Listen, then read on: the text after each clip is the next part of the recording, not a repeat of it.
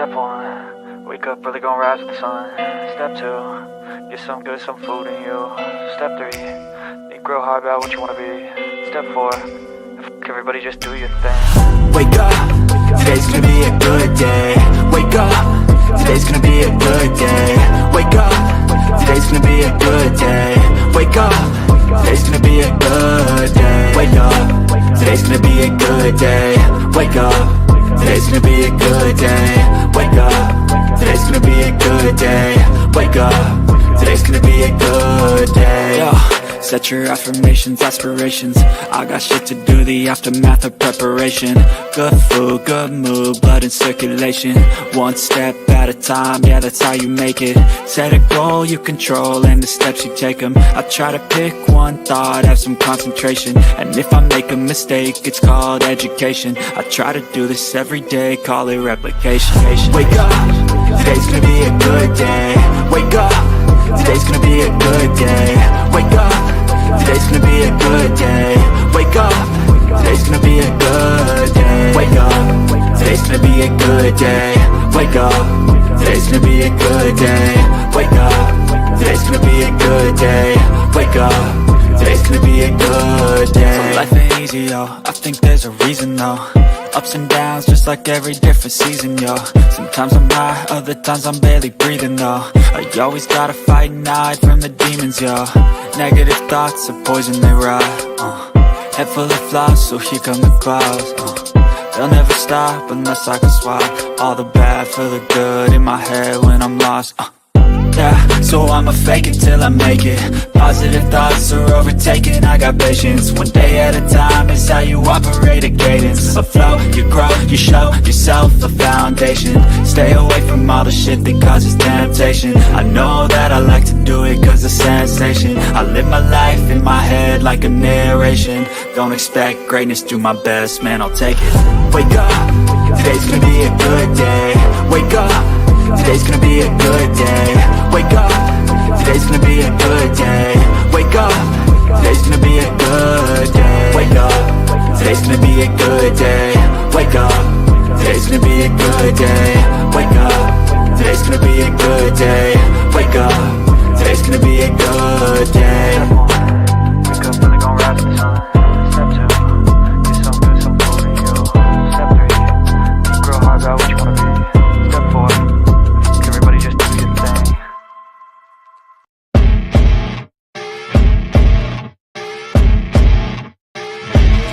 As you wake up in the morning, you want to find the latest, greatest information about criminal cases and have an intuitive conversation about the suspects associated with these cases.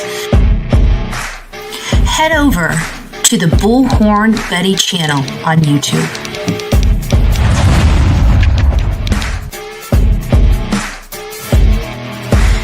Breaking news right here on the Bullhorn Betty channel. Welcome to the Bullhorn Betty Coffee Club. Enjoy your stay and enjoy your day.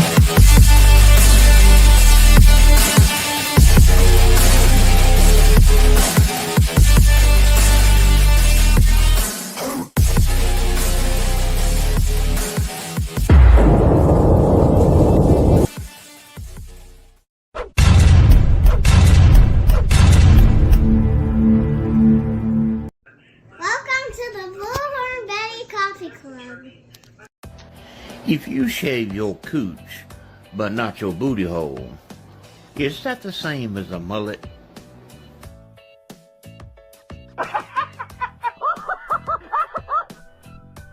My tongue out her ass and left. I'm on TV! Oh shit! First cops, now this? Oh.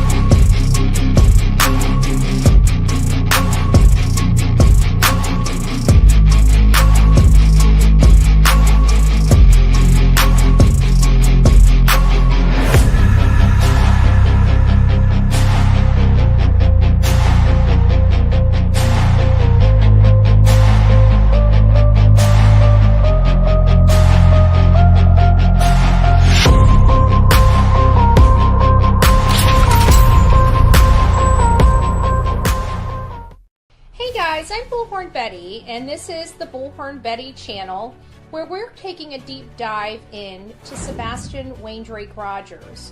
We have been covering the case since the early part of March, prior to or the day of the interview of both mom and stepdad. What we learned was there were some questionable statements made.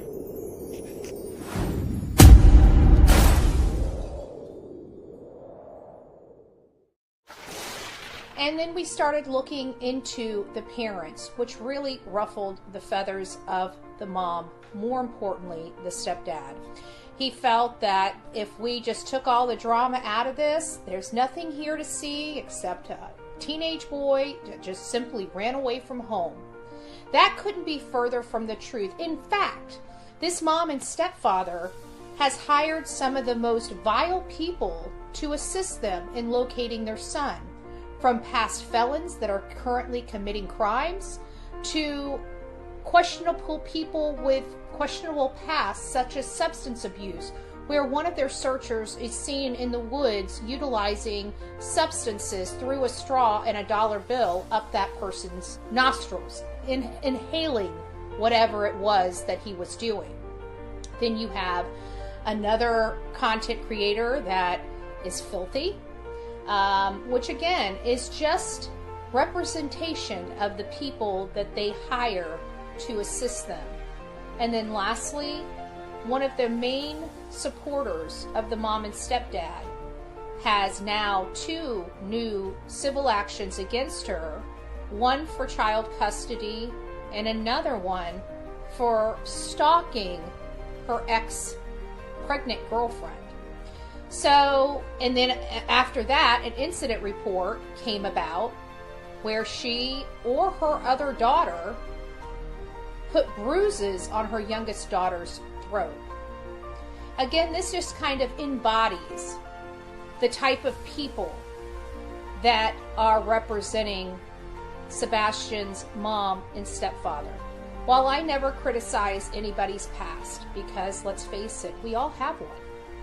It's the difference between somebody that has overcome that and has redeemed themselves versus somebody that has continuously done this throughout the pattern of their story and is continuing to do it.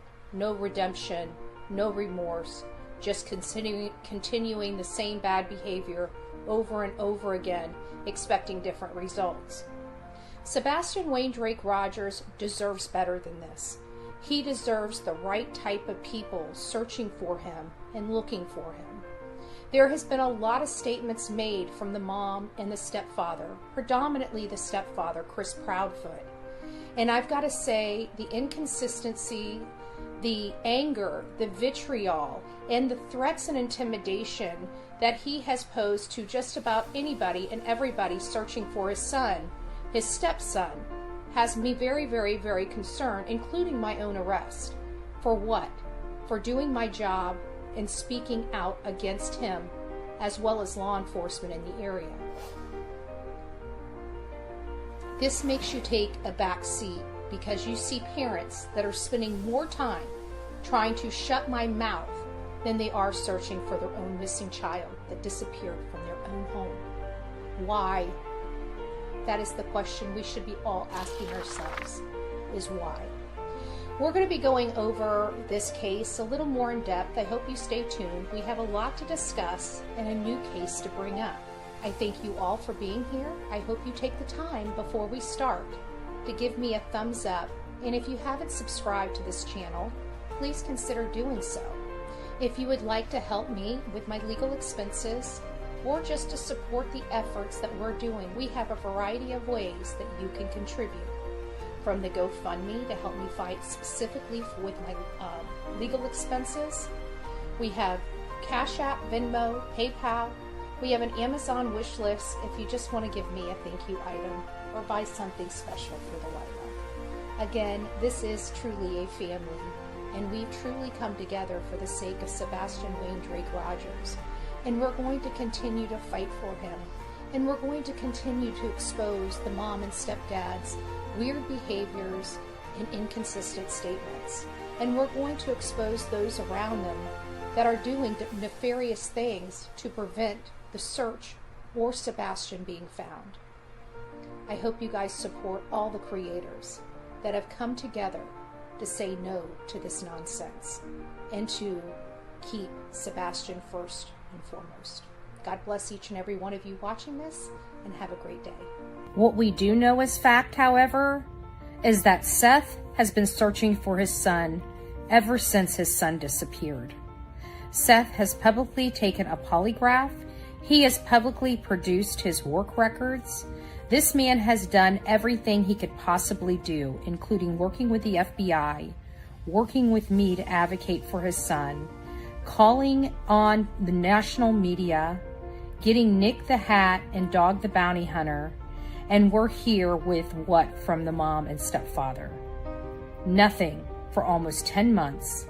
Shoddy searches at best, working with an unscrupulous PI, felons, and including one searcher utilizing substances, illicit substances, while searching for their son.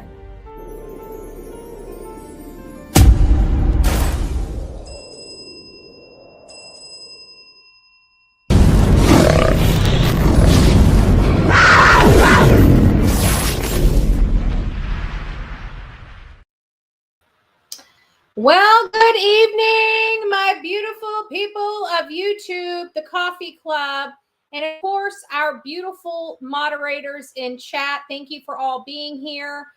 We're going to go over, I'm going to say hi to a few of you. We've got a lot of people in chat right now, so we're going to kind of cut right down to everything. I started a little early so we could get through the intro and then have enough time to say hi to all of you, as well as provide a proper introduction for our guest this evening. As that intro said, it kind of walked us through where we are today. This is about Sebastian Wayne Drake Rogers, and I wanted to make this segment especially about those that come together, perfect strangers, for the sake of a human being that's out there somewhere.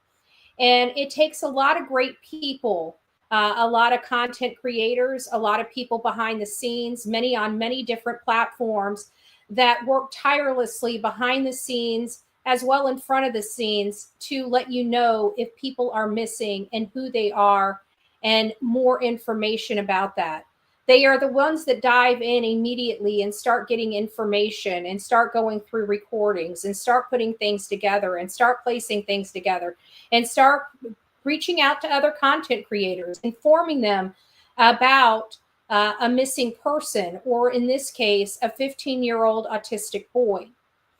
I think it's very important to put up and show people and showcase people that do amazing things when it comes to these missing cases. I am one of many people that came together for Sebastian Wayne Drake Rogers, that stood behind his father after we realized his father had nothing to do with the disappearance of his son. And we have come under some ungodly amounts of intimidation and backlash for our positions. It takes a certain kind of person to put up with that, because it's just sometimes easier to move on or to succumb to the pressures of the streets. And sometimes these pressures are paid for. I'm very, very thankful to the guest that will be coming up here. She should be here in about another 10 minutes. And I just want to give you guys a little bit of information about our guest and how I met our guest that's going to be coming up. I met her when this case started breaking apart. We were on the tail end of the Riley Strain case, and people were starting to migrate over to this autistic child that was from Hendersonville, about an hour away from the Riley Strain case. And everybody converged on this area that was at this point very unnotable. Hendersonville was not something that rolled off our tongue. It's not something, Nashville, of course, everybody knows about Nashville. A lot of us are very familiar with many of the country singers that own many of the bars that line, the main street in Nashville, right? And but Hendersonville, what is this place, Hendersonville? Well, we learned a lot about Hendersonville. We learned that they are a suburb, of Nashville. We learned that they are a small community, and everybody kind of knows everybody. It's a bedroom community. People like their privacy and like just getting on with life to get on with life, right? And they don't bother anybody and nobody really bothers them. Well, one day on February 26, 2024, that security was forever rocked in that community, and it forever changed people in that particular subdivision because of the level of scrutiny and how much this case became a high profile case. This is very much a high profile case, and this is very much an active and ongoing case. Many of us are very concerned about any case that we cover going cold.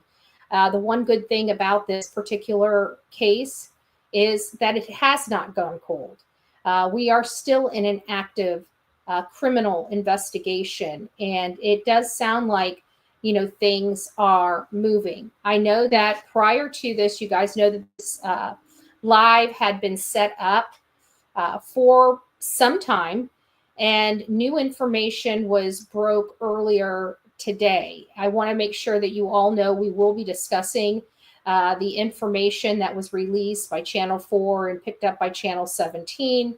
And I'm going to give you my thoughts on that. Good evening. I see Tony and Seth are in the chat along with Justin for All. I'm trying to see. I know Hindsight 2002 is in here. Thank you, Hindsight, for all of your work that you have had. And it's a lot of people, good-hearted people coming together for the sake of a victim.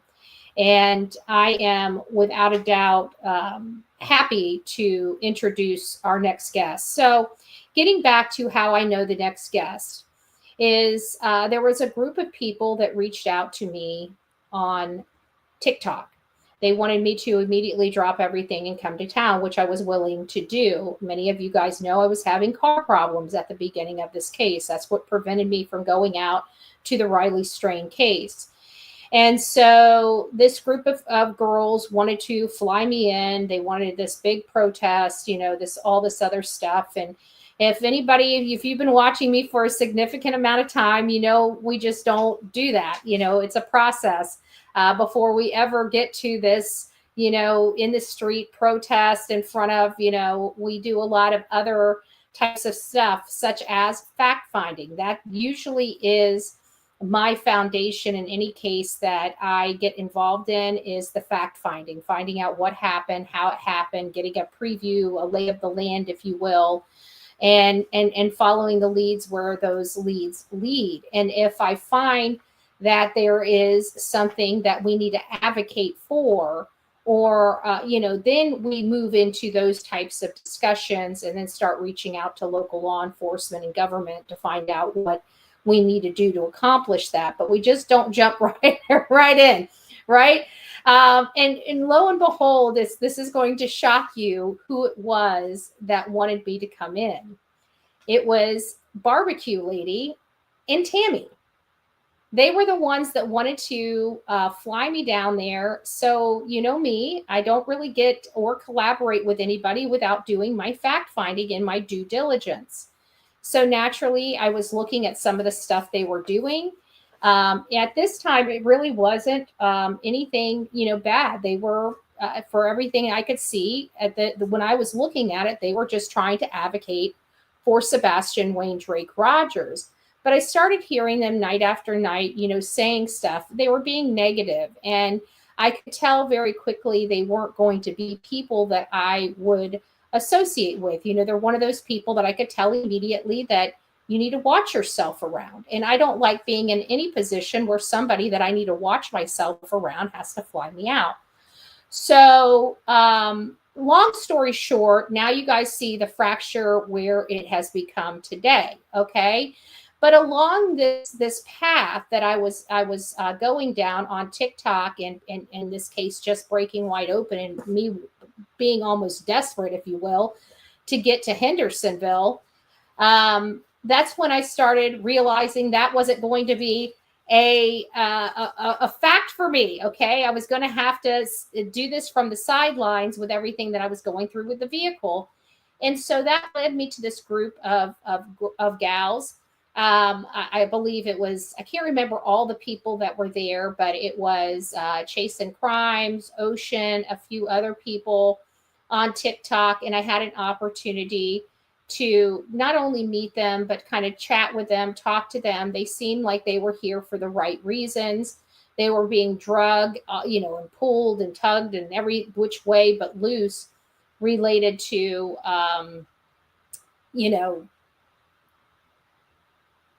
the controversy already beginning in the Sebastian Wayne Drake Rogers case. It was like nothing anybody could say was right or without getting drugged through the mud and things of that nature. But I really took a liking to these girls, and they sat down and they went over a lot of stuff with me. And we're going to be discussing some of those things, such as identifying the houses that videos were taken from. Law enforcement went there and hit there that very first day. So without further ado, guys, I would like to welcome Chasing Crimes to this channel. She is new to YouTube, but definitely and far from being new to this case or new to social media, or for that matter, new to TikTok. She's very well known over there. So here it is. Hello, Chasing Crime. How are you doing this evening? I'm good. How are you, love?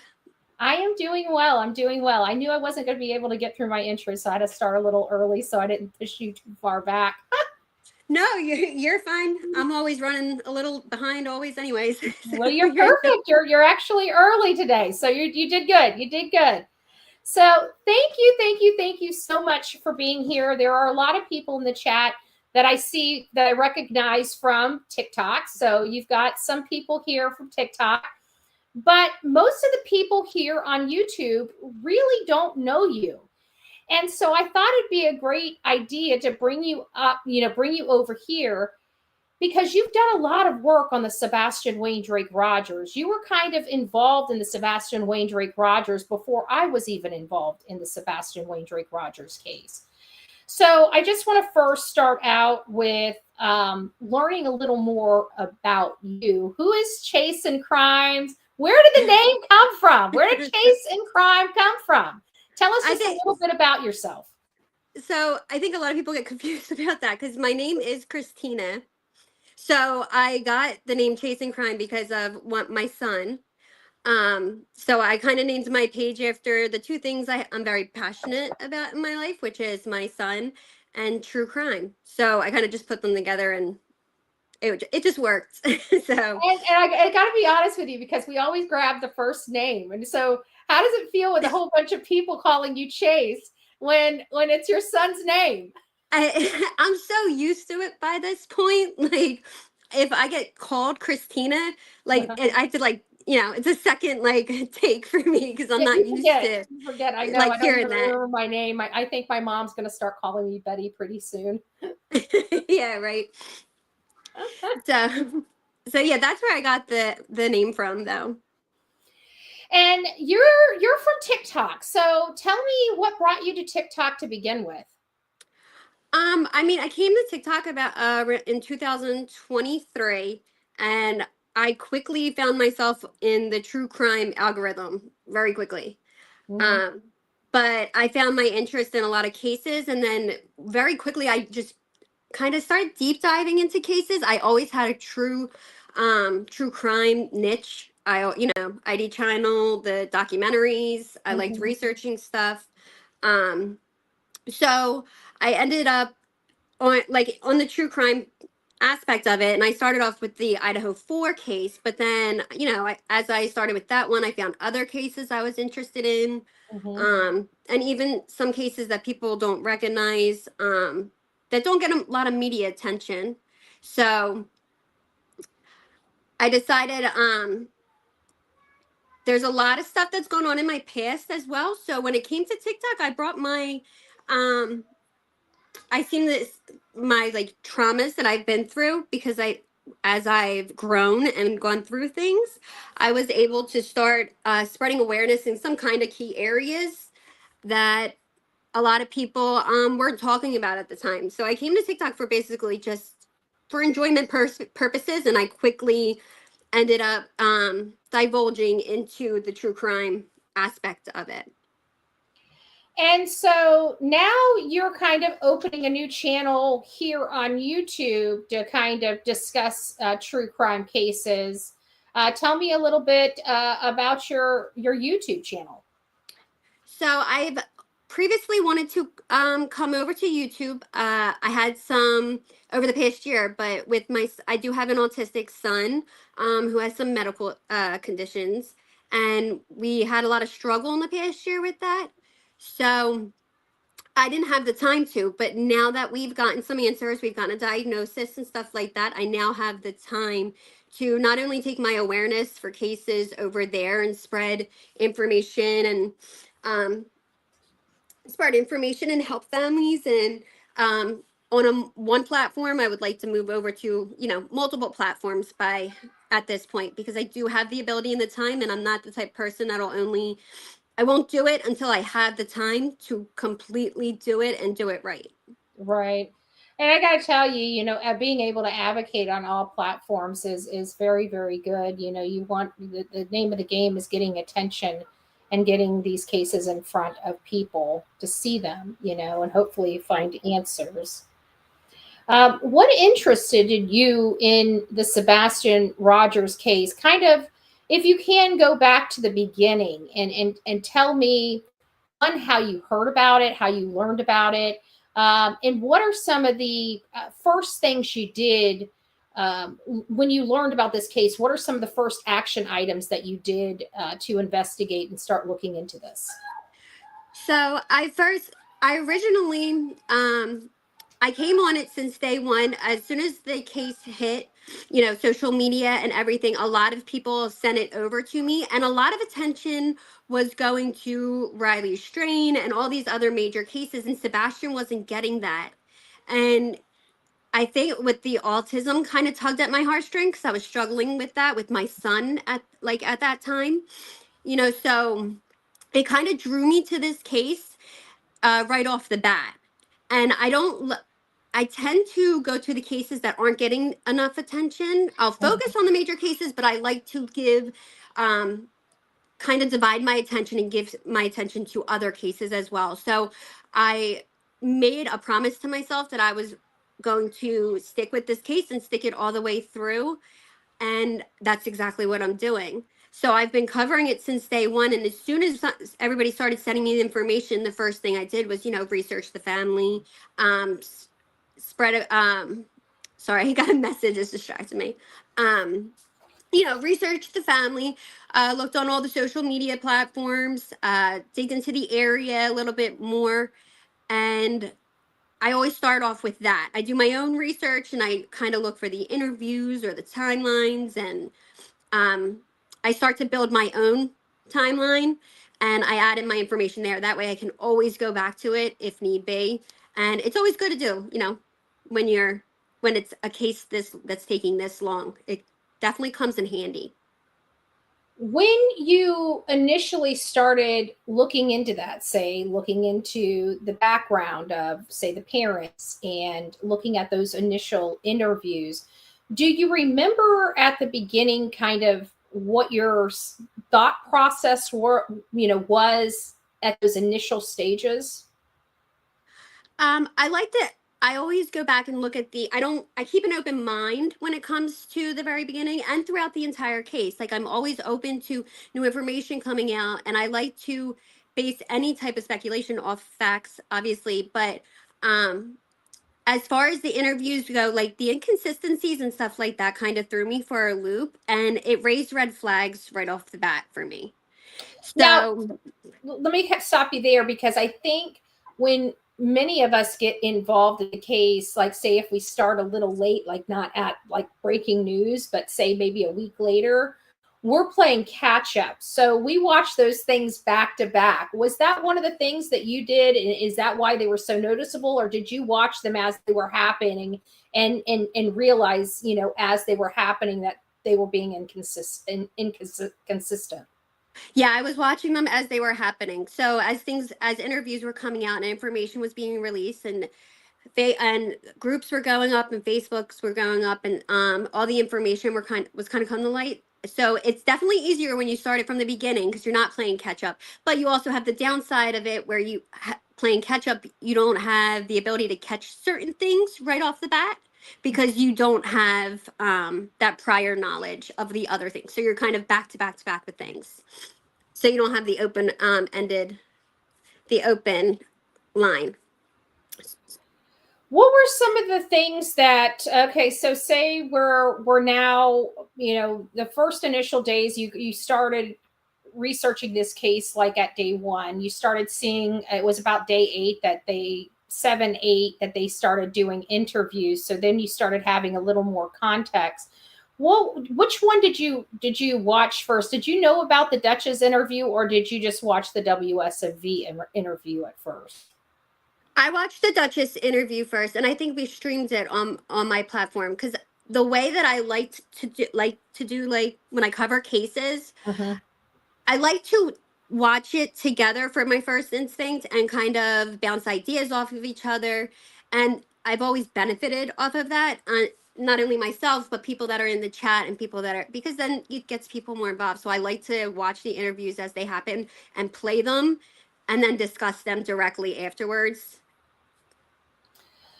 When you got to see because at first the WSMV clip, I think, was only like maybe 2 or 4 minutes or something. And I think a lot of people were demanding WSMV to produce the whole interview, which they ended up doing days later. What did you find? Let me reword this question. What were your initial thoughts when you watched the green shirt interview after watching the Dutchess interview? I'm sorry, the what? The green shirt interview? That's what I call the WSMV. That's that first, because he was in a green shirt. She was in the white and black striped shirt. It's the only time they showed their face before Chronicles of Olivia in a mainstream media interview. So I call it the green shirt. It was the one before the hands. Yeah. I mean, I just think that as far as that interview, it gave a baseline of, you could tell that Katie was very traumatized through it. But the Dutchess interview kind of made me have to go back and look and say, well, I'm trying to see how to explain it. As far as when they asked certain questions to them, it just, things weren't at it. It just seemed like a whole different scenario and situation on the WSMV than that. You got a different outlook of them. And you could, when you saw them face to face, there was very noticeable things throughout that interview, I think. Gotcha. And what was the most complexing issues for you? Maybe they didn't have, well, maybe I should let you walk through that. So you brought this, you started looking at this case. You did start seeing inconsistencies in the case here and there. Did it just make you tune in a little bit more, or were you starting to feel like maybe something more happened? Or, you know, what was the most complexing issue surrounding the disappearance of Sebastian Waindrake Rogers for you today? Well, for today, so there was an interview in the very beginning, you know, the one with, I think his name was Ken Widener. Yeah.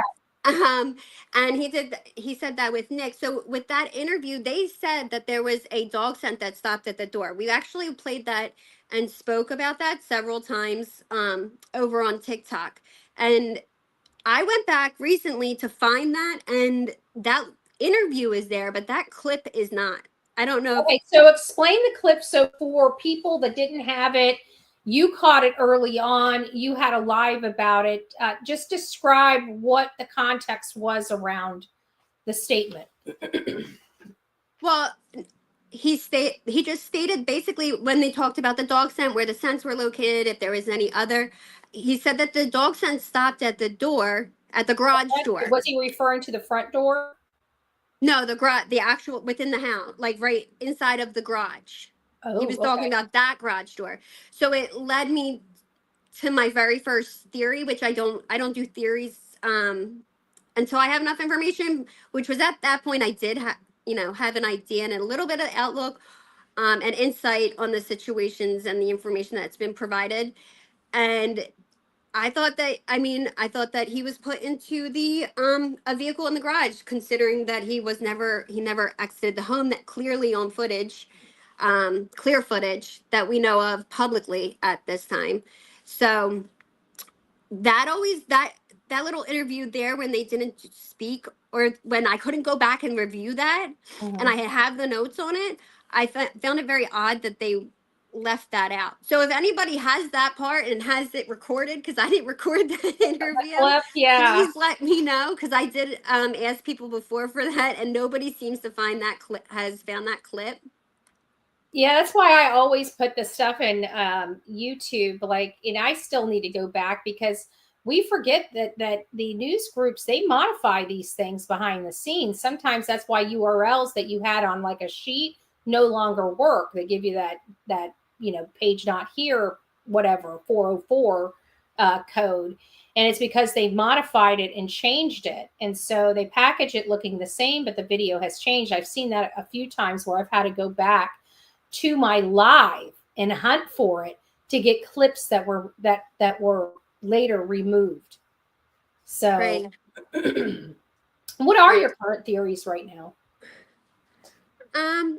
So based off of that, in the beginning, my original theory, because of that interview with the EMA director, I thought that he was put into the vehicle from the garage, because there's plenty of camera footage, and I completely understand cameras in that neighborhood, and I completely understand that it's a dark neighborhood.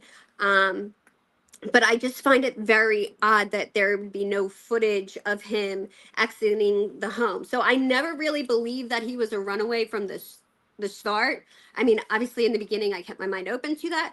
I just, as more information came out, I didn't, think he was a runaway, considering, I mean, he left the money underneath the mattress and stuff like little tidbits that add up, that he definitely was not a runaway. But in my opinion, he was not a runaway.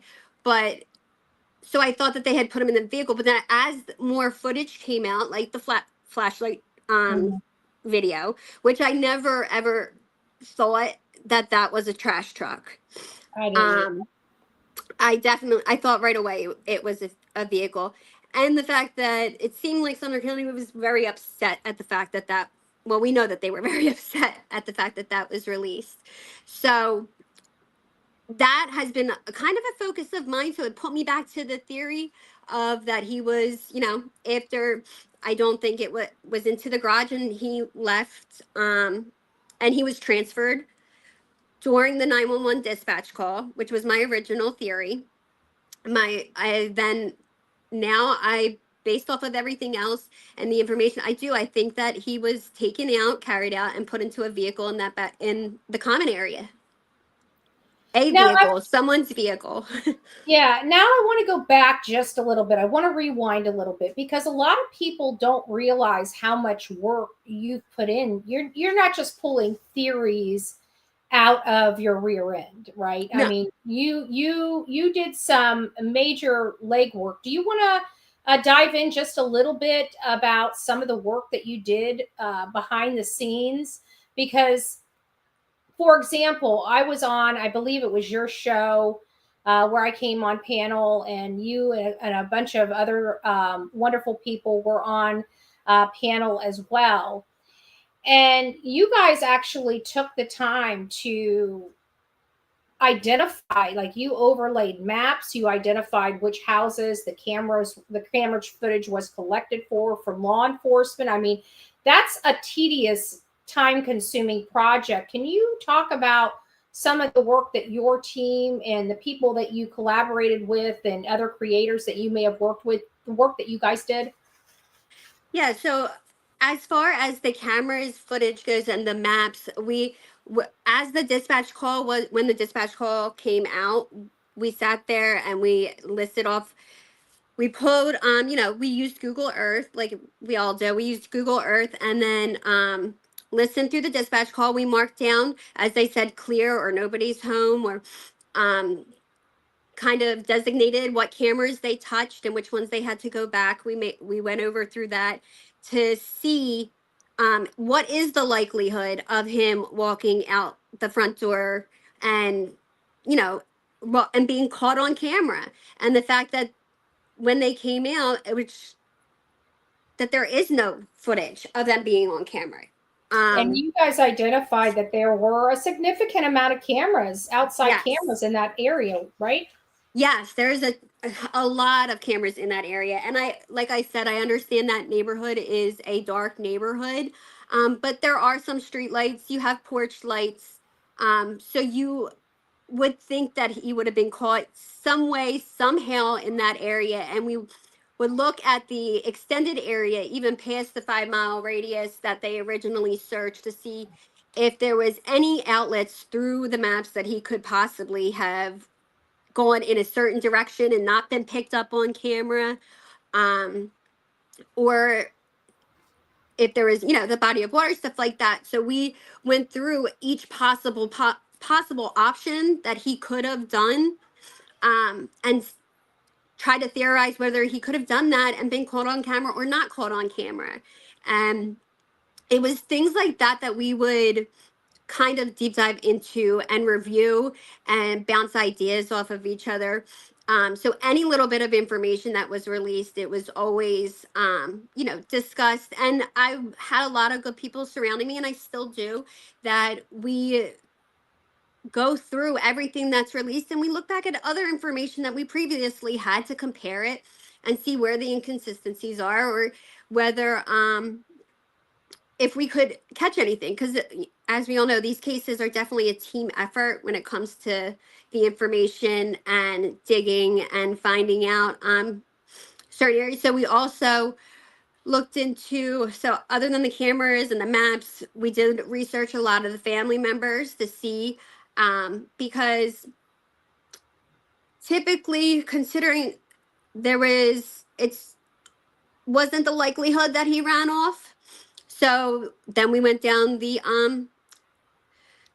big hole of looking into people's, like, the family members and who lived in that area, who had the ability to do what, if there is anybody living in other areas, and what their backgrounds are, and research each individual family member, because at that point we didn't think he wandered off. So most likely we thought that it was a family member. And since the only time that somebody was with Katie, or that, I'm sorry, that there was only the mother home in that house. So, and she returns back, the only time she left was during the 911 dispatch call.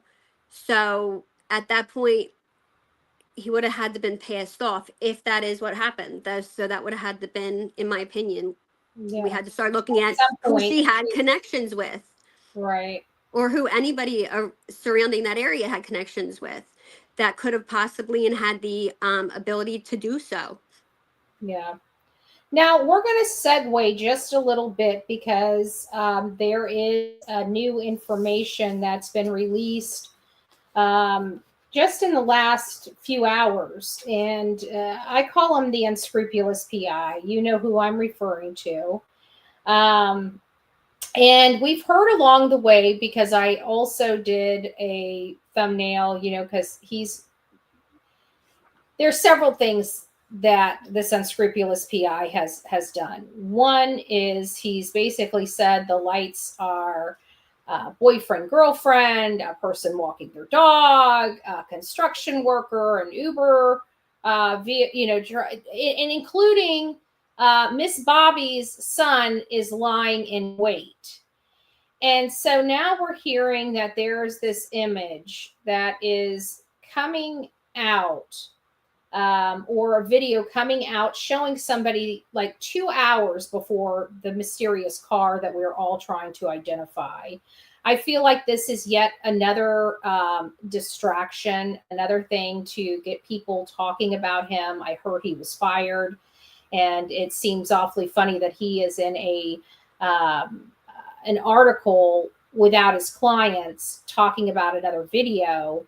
And we could just caught him manipulating and compromising a photo on social media. What do you think about this new information? I'll leave it at that. I don't want to taint your response. So I think it's just another distraction. To be honest, I really do think it's another distraction. The time frame, though, it's clearly not the time because it's light out. He's saying it's at midnight, correct? yes, he is. And you know what? I thought the same thing, but I didn't even think that he had. He likes to put his own date and time on things. Yeah. So yeah, I forgot about that. So you're right. Now that I think about it, it does feel like it was much brighter than I would have anticipated at that time of night. Yeah, and I don't think that. I mean, the porch. You could see a porch light on. I don't think that somebody was there doing something that they didn't want to be seen doing would be so out in the like nonchalant Obvious. about it. Like, right. yeah, I mean, if you there saw to do lights, something you could wrong. see some lights on there. I did notice that there were lights, and it's like if somebody's trying to be stealth, they're going to be trying to avoid lights, not walking into them. Yeah, exactly. And not only that, but I have a problem with the source that they come from, because I mean, we just came off of literally proving a horribly modified photo of them trying to convince the world that there's nothing to see behind the Proudfoot's home. We didn't ask for, I mean, we'd like as much information as possible, but nobody specifically asked for a photo to be dropped. So if you're going to drop a photo, why gray out the exact area that you're trying to prove there's nothing to see? Right. That it makes absolutely no sense. And also considering everybody has images of the back of the Proudfoot's home. It's been out in the public for a very long time. So why even gray it out to begin with? We know what it looks like. And if it's dark out, you don't need to gray it out because you can't see nothing, right? Thank you. You're covering something that you don't want us to see. And then when they give us the one that you could see, all the windows are missing. It was clear that somebody compromised that photo. Yeah, so when I overlaid both the photos, I could tell by the shadowing. Just when you run it through a program, you overlay, you can see that there's a window missing. There's obstructivities that were there that are blocking out certain areas. It just made absolutely no sense. Like you could actually see the one window like scratched out. It's very I mean, I don't understand why, especially with a public case like this with so many eyes looking at it, why you would have the guts to do something like that, knowing it's going to be critiqued and it's going to be found out. So just another distraction, in my opinion, was to drop a photo unless to get us talking, and not looking that way. I'm just going to take a moment and pop the video up that I'm talking about. It's right here. I'm just going to play it for a second so everybody can see what I'm speaking of. Let me back it up. Now, I truly believe this is him trying to yet again pin something on Miss Bobby's son. That's my personal belief. It's the neighbor's house, though, right? This camera footage I can't tell which direction this is coming from. But you can see somebody clearly moving, but it has no date and time on it that you could see, which I have a problem with. We don't know what date this came from, at least, for the public. We can't see it, but you can see what they're trying to show as somebody walking. But there's, in my opinion, different with somebody walking at midnight. Like, I do expect people to kind of come home, if you will, you know, at midnight. Like, I could see somebody coming home at midnight. 3 a.m. people moving around is something totally different. You know, you got some teenagers in there. You don't know, you know, and clearly there's a few that live with their parents. You don't know people are going around smoking. Again, that's a hypothetical. You know, we don't know what we don't know. We don't know what that is. But the source it's coming from has compromised information already. Could we really trust more information? Not in my opinion. I mean, I don't really trust anything that's coming unless it comes from law enforcement and law enforcement themselves. I don't really trust anything that comes. I'm glad you brought that up, because I noticed that on Seth Rogers' community tab, he's got an excerpt out of an article. And I want to just bring you right here on this particular article. And it says law enforcement has had, so they actually, media reached out to the sheriff's office, and surprisingly, the sheriff provided them some information. So, which is uncommon. Usually law enforcement has no comment to make. That's what we're accustomed to since April of 2024 in this case. So you can imagine my shock when we've got law enforcement actually responding. And law enforcement says that they've had possession of this original video since 72 hours after Sebastian was reported missing.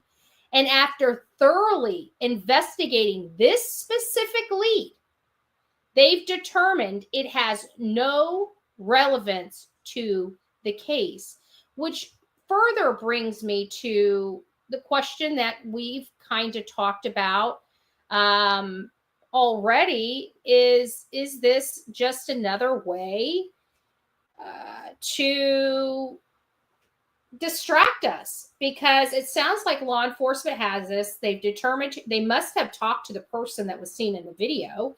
We know their technology is better than ours. We've found some things in some of the videos. What say you? I do. Sorry, I broke up. What'd you say? What say you about this video and law enforcement saying it has no relevance?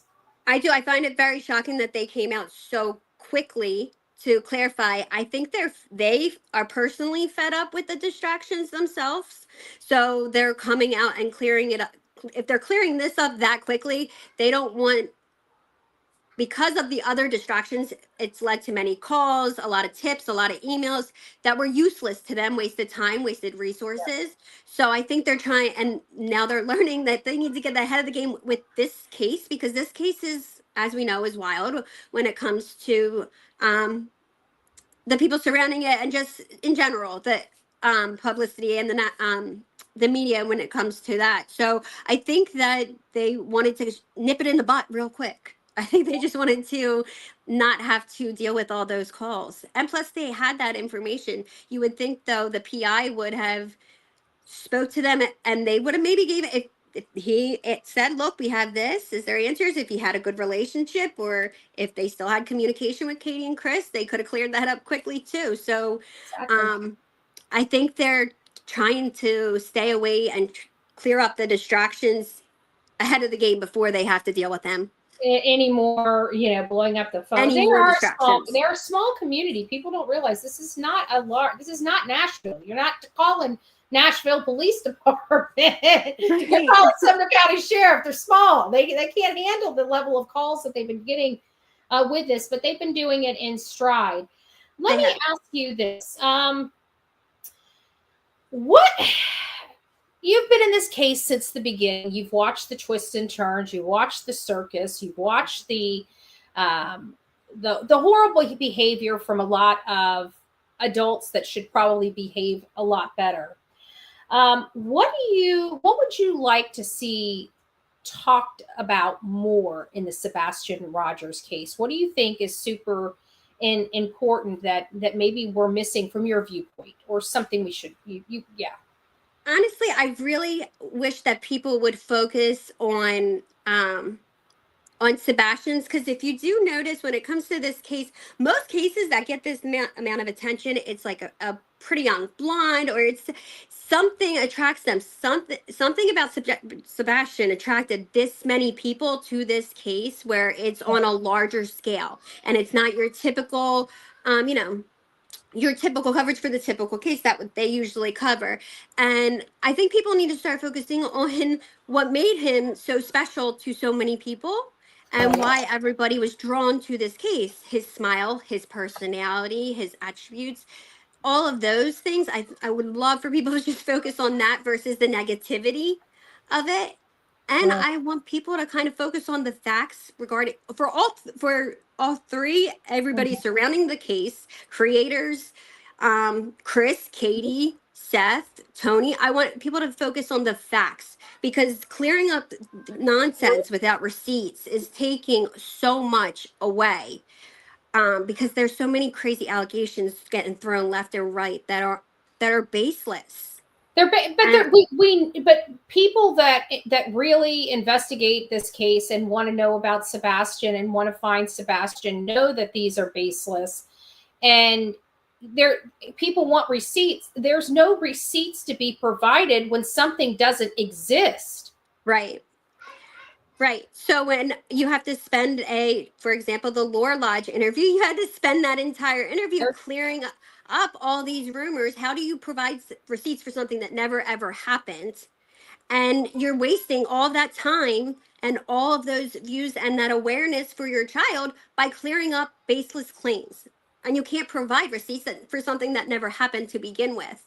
So it's letting a lot of people run with a lot of nonsense. Yeah, I agree with that. And I want to clear up something else. There was one of the defendants was on social media espousing that Sebastian essayed Faith. I want to address that. I'm not going to ask you a question about it, but I want to address that for all the audience and people watching out there.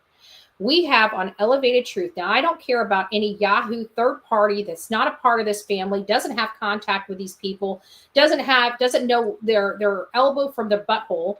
And we have the stepfather on a podcast known as Elevated Truth, and he specifically stated that Sebastian does not have those desires either for boys or for girls. So what makes this defendant think that she knows something like that? If the stepfather has adamantly stated that this has nothing to do with that type of behavior. Sorry, my blood is boiling as we're talking about this, only because I know. I've been aware of that comment, and I haven't said anything, but when I revisited and I came across and I saw that screenshot again, because it was in the past, a lot of posted everywhere. You can't miss it. Yeah, no, that's what I mean. Once I saw it, being posted everywhere, my blood started to boil. It is infuriating, because how are you advocating for a child and say those grotesque comments? And it's a statement. There is an explanation point at the end of it. If it was a question, it would have a question mark. Cap lock So letters. it's She was infuriating. screaming it from the top of her lungs in the grand scheme of social media. And this is a woman that made a lot of money off of a fundraiser for blip boards that she never even produced the blip boards for. So she's calling this child an essayer, capitalizing to tens of thousands of dollars off of his name. It's just, I'm not going to go any further down that rabbit hole. What would you like to see happen in the Sebastian Rogers case? I think I want to find I want justice for Sebastian. That's first and foremost. But I also want answers. I want answers for Seth and I want answers for the people that for the thousands of people that have been touched by this case, that are committed to this case, that spend day in and day out trying to find answers, spread awareness. So I think everybody at this point deserves answers on justice, and Sebastian's family. And I'd like to see the mother play a more active role in advocating and searching and being more active, putting him out there. Something just came to my mind, and I don't know where it came from, but I want to ask you this because you've been around Seth personally. Right. Belly to belly, you've been around Seth. I've been around Seth. There's been horrible rumors that he makes women that are around him feel uncomfortable. Did he ever make you feel uncomfortable when you were around him? Absolutely not. He was respectful. He was genuine. He was just laid back. He's your typical, we've had conversations where he's just your typical guy, but he isn't somebody that you find yourself stiffed around. Like, you can't relax around him or have an open conversation. His personality shines through. All these nonsense about they're baseless. These claims of that he's not, I can't even put it into words because it's anger. It makes you very, very angry and frustrated. Right, especially because it's he's stressed out enough with wanting answers. Where's his son? And then he's grieving. He's being hopeful. I know you're trying to hold that back, but he's grieving. He hasn't seen his son in a year. Right. And people keep tending to forget that. There's a lot of stages when it comes to this. And I lost a son, and I know where my son is. He is in the ground, so I can go visit him. I cannot imagine what he's going through, not knowing where his son is. It breaks my heart for him. And people need to remember that when they're saying some grotesque stuff about him, that's absolutely not true. He is a good guy. He's a great guy. Yeah, he is. And he loves his son. And the only goal he has that I have ever known since the moment I met him was the goal to find his son and bring his son home safely. Right. And I do want to clear it because the vigil is coming up. So I want people to know he looks forward to these. And I know that there's been a lot of talk about why do you have so many and stuff like that. It's keeping Sebastian in the forefront. It's keeping awareness. How could that be a bad thing? Like, how could it be a bad thing to do something or hold something of that sort? And we're coming up on the year now. So he's been every single one he looks forward to. Like, it's a time where it's a positive time for him to be around people and speak on him and share how much everything about Sebastian that he loves. Right. So it helps him kind of put the fact of all the stress and everything else aside and be able to just be in the moment. Our strength strengthens Seth. He's got he's there at the house by himself. He doesn't have his son, and he doesn't get a chance to speak about his son unless he's talking to us, and when he has us in town, it's all about Sebastian, and that makes his heart happy. Right. Do you think this case will be solved? Yes, I do. I was hesitant at first. I didn't think so for a while there. But with Seth having the open communication and him and Tony having the confidence in law enforcement, and the open communication now with them and the constant communication, I do think it's going to be solved, and I think it's going to be solved sooner than later. And I do think so. I think they're just building a case. In my opinion, I think they're building a case. Now I'm going to throw a curveball at you, and I throw a curveball at just about everybody that comes on my show as an interviewee, if they're not like a family member or of somebody. And it's just a fun little question, and I'm gonna put you on the spot. And it's, what's one interesting thing about you people don't know? Oh God, that's like an interview question that you hate to answer. That's why I always hit my interviewees up with that question. I'll let you think on it because I'm gonna let you think on that just for a second. So you think about that because I have a public apology to make, and I don't want to be in the hot seat because Dana, I just want to tell you, hearts to you.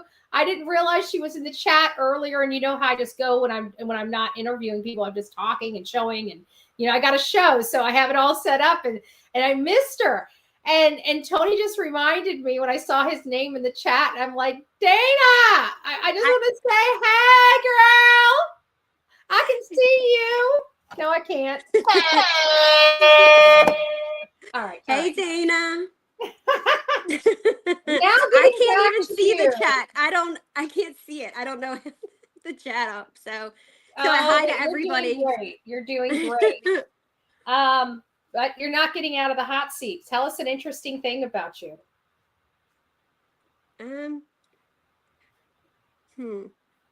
She's a. I like to dress up like a furry. Mom. Nothing wrong with that. The furry one. I like to dress up like a furry. They can take it and run with it. Don't forget about the haters. That's why I said it.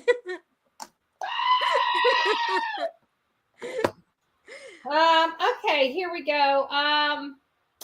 Any final words you'd like to say about you, your channel, or the Sebastian Rogers case before I start closing out?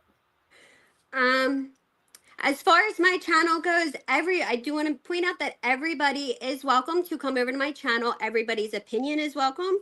As long as you are respectful. I mean, that's how we learn with these cases. That's how we bounce ideas off each other.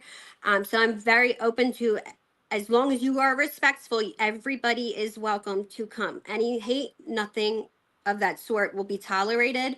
But my channel will be, it's just awareness, true crime cases. I am a trafficking survivor, so I do cover awareness for that, and awareness for that, and DV and you survivor talk about mental health. Your own story on your own channel as well when it comes to that aspect. So I focus on true crime, but I do touch base on some other areas, and I like conspiracy theories and UAPs. So I like to throw a little bit of fun in there as well, because it can get kind of serious when it comes to the other categories. So, but everybody is welcome, as long as you're respectful. You can come. Well, I definitely appreciate you coming on. You did amazing. I know you were a little nervous coming on, but I didn't know I had to be on camera, so it's making.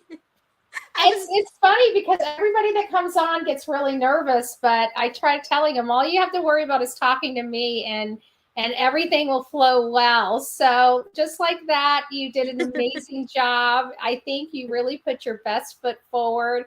It sounds like quite a few people did go over there. So God bless you on all the tireless work that you did in the Sebastian Rogers case and continue to do in the Sebastian Rogers case. One last question for you. You're also another person that was bullied as a result of your position in this case. Would you like to tell me how you're overcoming the harassment, the bad behavior from some of these other creators?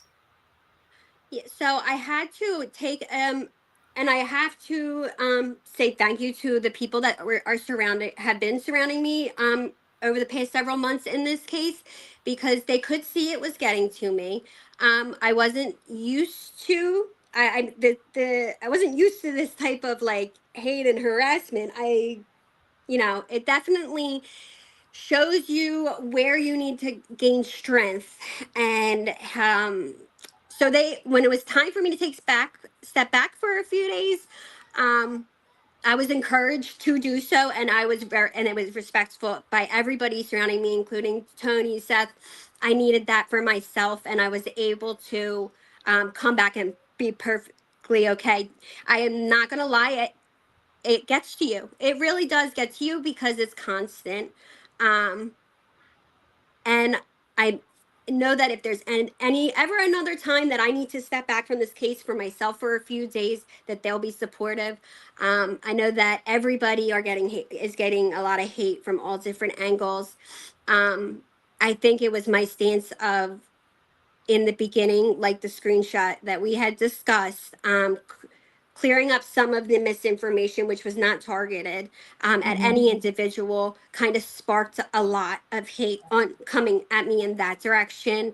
And then once I started working more closely with other team members, I noticed everybody started getting that hate. So it has been very, very stressful, but I'm surrounded by a lot of good people that have been there for me and are helping me kind of get stronger out of it.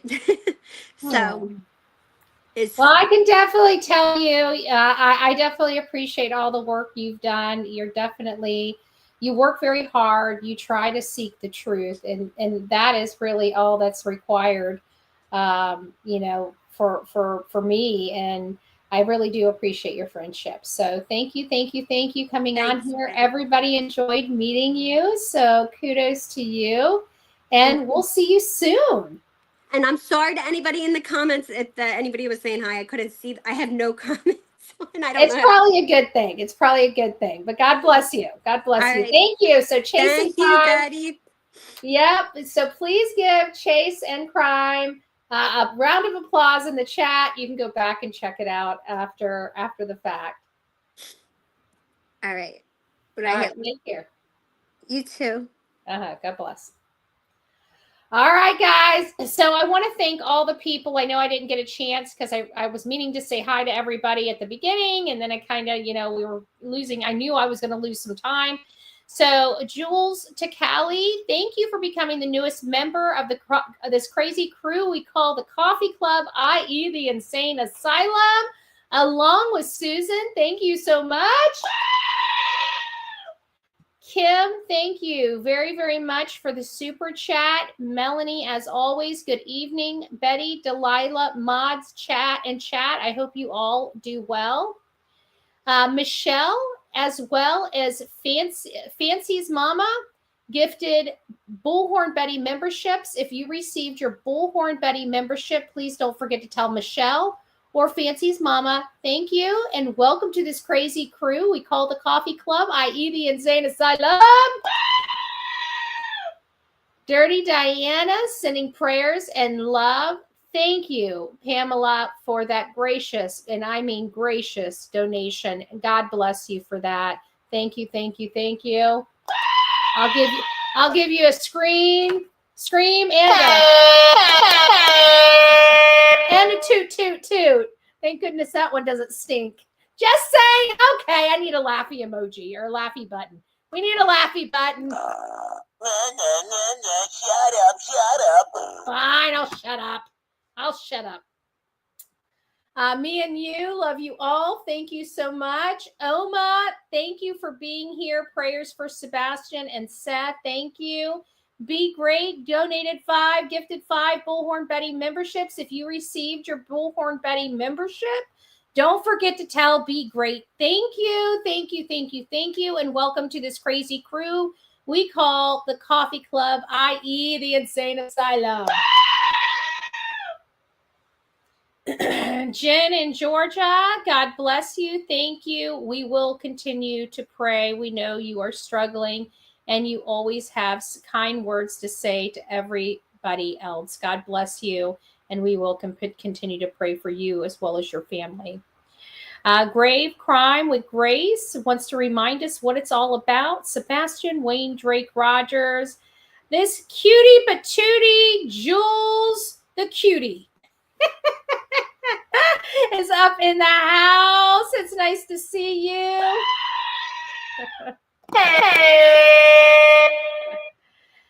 Opal, it's nice to have you for 3 months. Thank you for all you do for Sebastian. Absolutely. Our BFF. The voice over for this button. See, it's the voiceover. It's Justin. He's always with us. He's just a button push away. Saying woohoo! Shetty Pie, thank you for becoming our newest member of this crazy crew we call the Coffee Club, i.e. the Insane Asylum. Wheezy Girl, thanks for being here. She says, thank you, Betty and mods. Enjoy this safe space. Amen to that. Jules back up in the house. Christina and Betty, you both look beautiful. Aw, thank you, love.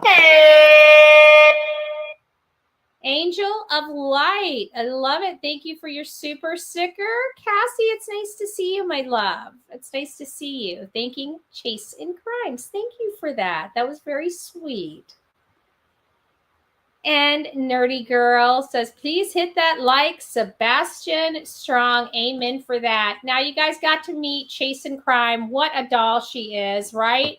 It's always great to have good, strong people fighting for the truth on the right team. And I think we have a great, beautiful member. I'm glad she's making the conversion and starting to work more on YouTube. We're trying to get set up on YouTube.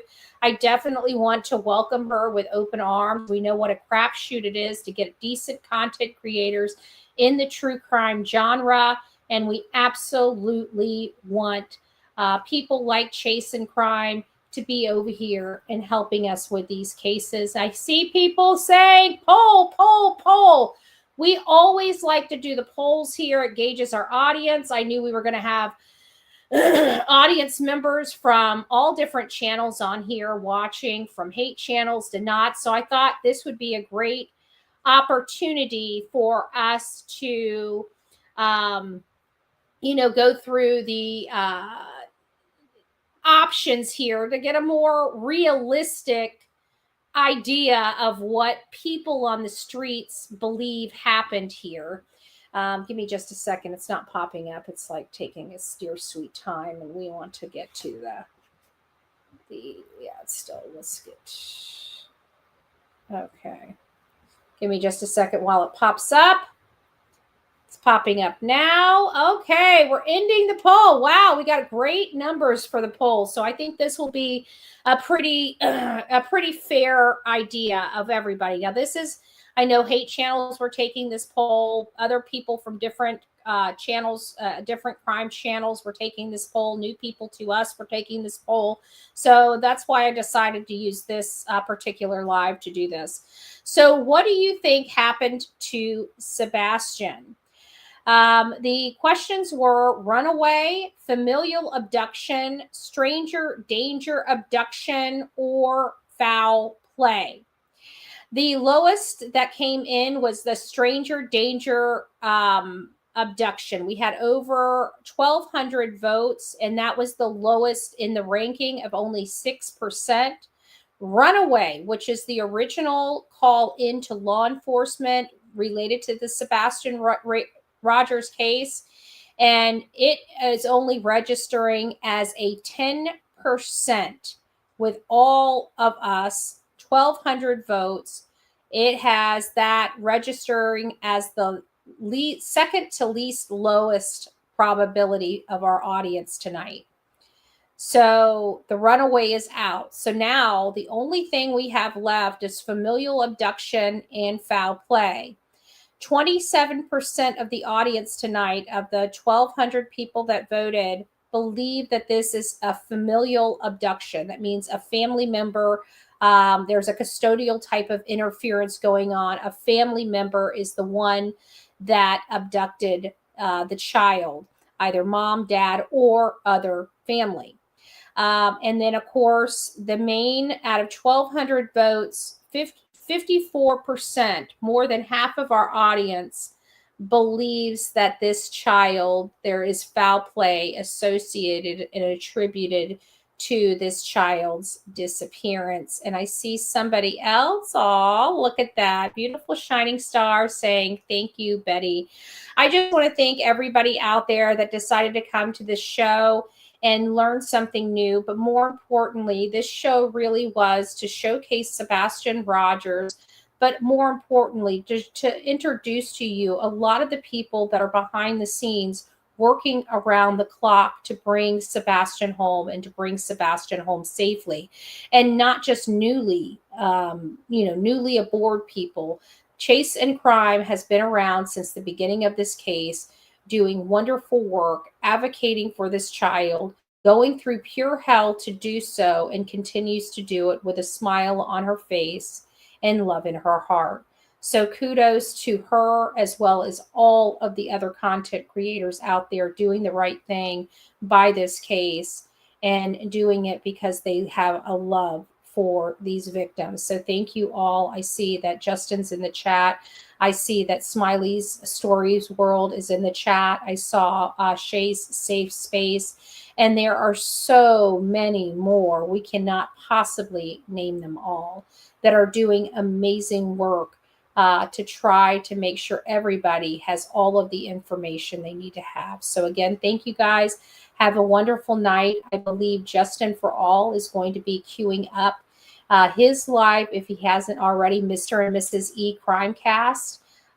Spirit Seeker Squad is up in the house. We have a lot of great people doing a lot of great things for the love of a victim they've never met. So thank you all for that. You guys have an amazing night, and we'll see you over at Justin for All's channel. Clutch them pearls. Be there or be square. God bless. From the East Coast to the West Coast, we are everywhere true crime is.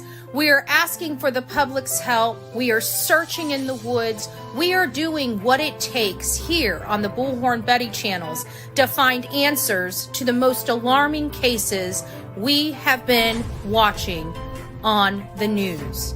I can tell you personally that I have traveled this entire country seeking these answers and bringing that content right here to you here on the Bullhorn Betty channels and Bullhorn Betty Crime Stories. We are happy with the work that we've done. We brought many answers to the public, and we have defied mainstream media in our pursuit of the truth in these cases. We will continue to work, we will continue to fight for these victims, and we will continue to tell their stories here on my channels. Welcome to the Bullhorn Betty brand of channels and the Coffee Club. Thank you for your love, thank you for your support, and more importantly, thank you for allowing me to bring these victims' stories to each and every one of you, advocating for each of these victims. God bless you. God bless America, and more importantly, God bless our victims.